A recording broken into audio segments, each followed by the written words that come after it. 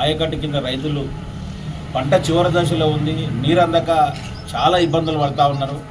గత 2-3 రోజులు చూస్తూ ఉన్నాం, రైతులంతా కూడా ధర్నా చేస్తూ ఉన్నారు. మళ్ళీ ప్రజాప్రతినిధులు ఏం చేస్తూ ఉన్నారని అడుగుతూ ఉన్నా.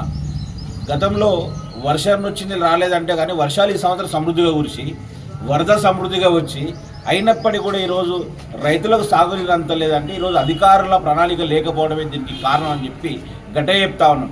మళ్ళీ వరద వచ్చినప్పుడు తీసుకెళ్ళొచ్చు ఎవరైనా.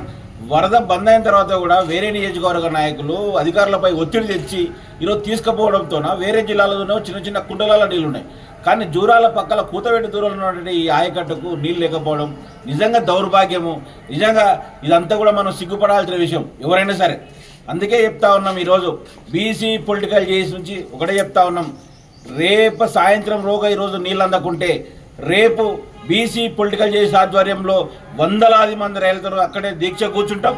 నీళ్ళు వచ్చే వరకు కూడా అక్కడ నుంచి లేవని చెప్పి ఈ సందర్భంగా మేము గవర్నమెంట్కి చెప్తా ఉన్నాం. ఎందుకంటే మొన్న నీళ్ళు షార్టేజ్ అయినప్పుడు ఈ ముఖ్యమంత్రి గారు ఆ కర్ణాటక ముఖ్యమంత్రితో మాట్లాడిన తర్వాత ఇక్కడ మంత్రుల బృందం వెళ్ళింది.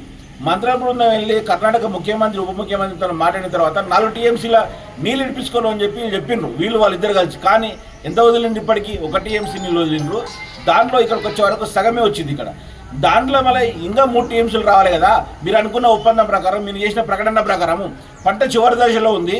దాదాపు 65,000 ఎకరాల ఆయకట్టు ఈరోజు ఎండిపోయే పరిస్థితి ఉంటే ఈరోజు సంబరాలు చేసుకుంటా మీరు తిరుగుతూ ఉన్నారు.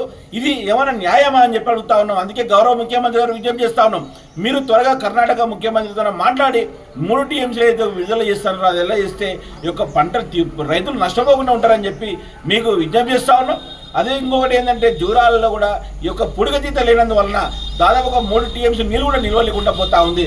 కాబట్టి వెంటనే ఈ యొక్క ఎండాకాలంలో అయినా సరే ఆ పుడిగతీత పనులు ప్రారంభించాలని చెప్పి గౌరవ ముఖ్యమంత్రి గారికి మేము విజ్ఞప్తి చేస్తా ఉన్నాం.